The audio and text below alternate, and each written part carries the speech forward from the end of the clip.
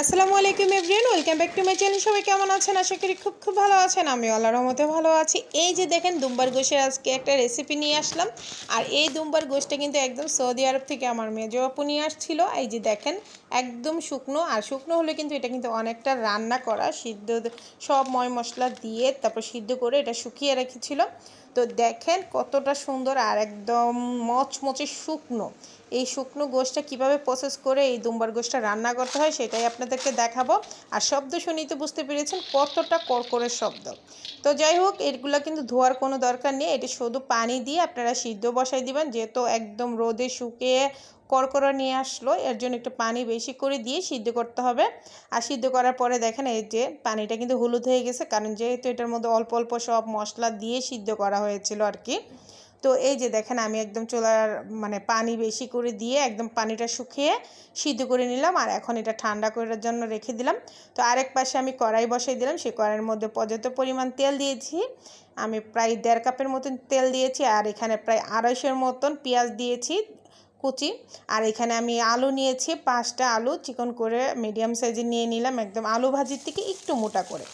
তো তেলটা যখন গরম হয়েছে আমি এখানে 250-এর মতন পেঁয়াজ দিয়ে দিলাম। আর এখানে একটু আস্ত মশলা দিব, এলাচি, দারচিনি, তারপর আপনার লবঙ্গ, এগুলো আর তেজপাতা দিয়ে দিলাম। দিয়ে আমি পেঁয়াজটা ভালো করে উল্টে পাল্টে ভাজি করে নিব আর কি, লাল লাল করে একটু ফ্রাই করে নিব। তারপরে এইদিকে দেখেন সেই যে গোশটা যখন ঠান্ডা হয়েছে আমি কিন্তু হাত দিয়ে একদম গুঁড়ো গুঁড়ো করে নিয়েছি। আর এগুলো কিন্তু একদম সিদ্ধ হয়ে যায় অনেকটা, দেখেন হাত দিয়ে চাপ দিলেই, যে দেখেন একটা আঙুল দিয়ে চাপ দিলেই কিন্তু সিদ্ধ হয়ে যায়। তো আপনারা কিন্তু একটু বেশি নরম হলে আর একটু বেশি পানি দিয়ে করতে পারেন। আর এটাই তো এইগুলো কিন্তু একটু শক্ত থাকে। আর এদিকে আমি আদা রসুনের পেস্ট দিয়ে দিলাম 4 টেবিল চামচের মতন। তো 2 টেবিল চামচ করে দিয়েছি আদা আর রসুন পেস্ট। আর এখানে দিলাম গুঁড়া মশলা, হলুদ, জিরা, ধনে, গুঁড়া মরিচ, লবণ স্বাদ মতো, সবগুলো আমি 1.5 টেবিল চামচ করে দিয়েছি।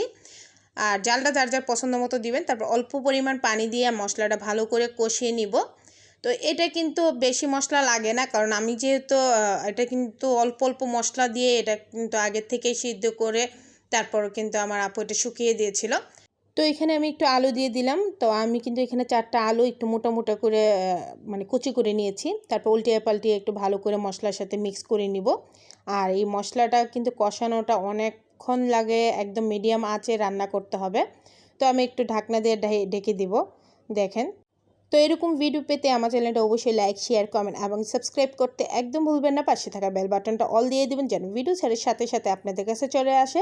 আর যারা আমার ফেসবুক পেজ থেকে দেখতেছেন প্লিজ আমার চ্যানেলটা একটু ফলো আর একটু শেয়ার দিয়ে আমার পাশে থাকবেন। আর লাইক, শেয়ার, কমেন্ট করতে কিন্তু একদম ভুলবেন না। তো আলুটা যেহেতু সিদ্ধ হয়ে গেছিলো হাফ সিদ্ধ, তখন আমি গোশগুলো দিয়ে দিলাম। দিয়ে আমি আবার উল্টিয়ে পাল্টিয়ে তখন গোশগুলোর সাথে আবার কষিয়ে নিব। আর এই শুকনো গোশটা কিন্তু আলুদা খেতে ভালো লাগে। তারপরে যদি আপনারা আলুটা না খান, সেম প্রসেসে একটু পেঁয়াজ বেশি করে দিয়ে এই শুকনো গোশটাও রান্না করতে পারেন, সেটাও কিন্তু খেতে অনেক ভালো লাগে।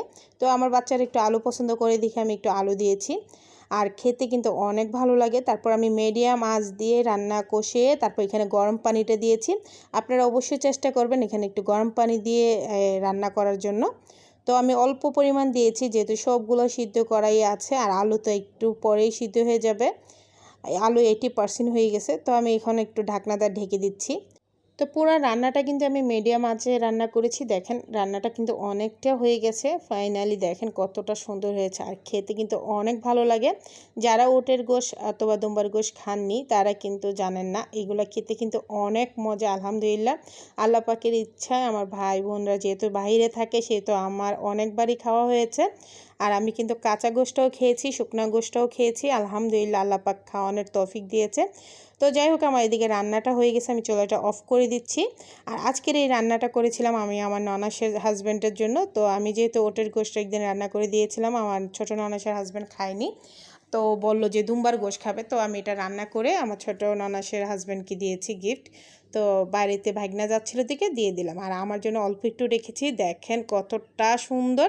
আলহামদুলিল্লাহ, খুবই মজার ছিল, খুবই মজার ছিল। তো এরকম ভিডিও পেতে কিন্তু অবশ্যই লাইক, শেয়ার, কমেন্ট এবং সাবস্ক্রাইব করতে একদম ভুলবেন না। পাশে থাকা বেল বাটনটা অল দিবেন, যেন ভিডিও ছাড়ার সাথে সাথে চলে আসে। আর যারা ফেসবুক পেজ থেকে দেখতেছেন অবশ্যই একটু ফলো আর একটু শেয়ার দিয়ে রাখবেন। তো আজকের মতন এখানে বিদায়। ভুল ত্রুটি থাকলে অবশ্যই ক্ষমার দৃষ্টিতে দেখবেন।